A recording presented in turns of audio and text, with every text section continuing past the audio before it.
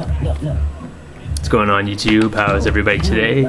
So I just want to plug my friend Alex really quick. I'm going to put a link in the sidebar for his new channel he's doing called CourtAppointed. It's where he brings a camera to Detroit felony court and he's recording all these court cases. Like, he's only on his first episode right now, and it's about a Detroit bank robber, a guy who robbed a bank but he was unarmed, and it goes through the whole like judicial process of like, well, Alex, turns out he's friends with this attorney who's like, you know, taking him through the motions, just recording like case by case kind of stuff, and they go to the cell and get this guy out of the cell and take him to the court, present him in front of the judge, get sentencing and stuff. It's very educational and very entertaining, very raw and rugged kind of crazy judicial stuff. Very interesting. I don't know, it's very addictive to watch, so I thought more people should go watch it. Go subscribe over there.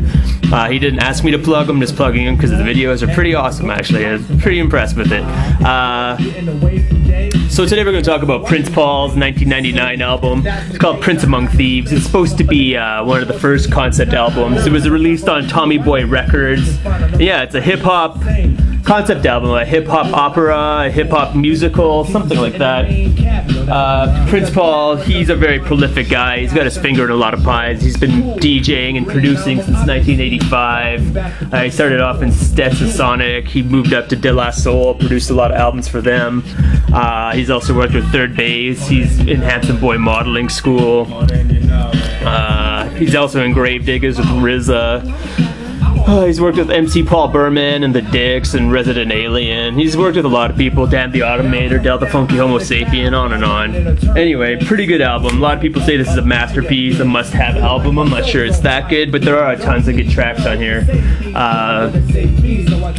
The story of it pretty much is just a guy named Brewin playing this role of a guy named Tariq who has a meeting with the Wu Tang in 2 days because RZA's gonna record a demo for him for $1,000, so Tariq has to scrape together $1,000 to pay for this thing, and he's got a job and he lives with his mom. He doesn't have any money, he's broke ass. So he hooks up with his friend named True, who's played by Big Shaw, who's a Bulgarian rapper, but in this he just plays a hustler. And pretty much just tries to get him into the whole, like, you know, drug dealing game. First thing they do is hook up with Kool Keith, who plays Crazy Lou. So they go to this weapon shop, get a gun, then they go to Chubb Rock's place. He plays a character named Mr. Large, and he's supposed to be the big Don of, like, I think this is based out of New York. They also hook up with Big Daddy Kane, who's playing the role of a pimp, and, you know, he starts selling drugs. He sells drugs to Chris Rock, who plays a crackhead on here, pretty funny track, and De La Soul, this is the track we're listening to right now. They're also playing crackheads on this. Pretty good track. But yeah, there's a whole cast of characters on here. Like the ones I mentioned, like De La Soul, Big Daddy Kane, but there's also Everlast plays a police officer, because at some point Tariq's True stabs his friend in the back at some point because he rents him a prostitute at Suite 69, and he's in there, you know, doing whatever you do with prostitutes, and the police come barge him in. He gets framed, and like they plant evidence on him, they throw him in jail, and then there's Sadat X and Xzibit, and who else is one of the prisoners? Kid Creole, he's also in prison. There's like a rap skit there, and he has to call his mom, and his mom sends the Reverend down, who's played by a rapper named Dom to bail him out. He wants to get revenge on him because he calls him up and he says it turns out True, his friend, is getting the record deal with Wu Tang now, and there's a shootout and all this drama. But yeah, it's a pretty solid album.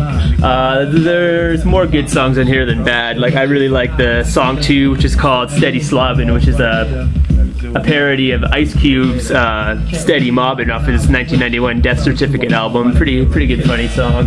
The original's pretty good too. I also like the song we're listening to right now called More Than You Know. Song 8, MC Hustler's pretty good. Pretty decent album. All the pictures kind of is like a storybook of it too. It doesn't really have words, but it just has pictures that you can kind of follow along. Yeah, I guess Chris Rock bought the rights to this, and like the movie rights, because they're going to make a movie out of this. I don't know if it ever got produced, because that's 10 years ago now, and I haven't heard about anything. There's Kool Keith there, the weapons dealer. Yeah, it's very heavy on skits. Like, pretty much every second song plus is like a skit or something, and it lasts anywhere from like 40 seconds to 2 minutes, and it kind of fucks up the album a little. Like, it's very, very skit heavy.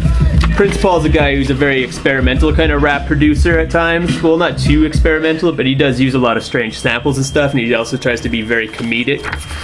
And he's also very skit heavy on most of his stuff. Like on Psychoanalysis was his first solo album, when it was all about schizophrenia and different like personality disorders you can have. And then the album after that is called Instrumentals, and that was one of the first Prince Paul albums I got like a long time ago, but it was like his third solo album.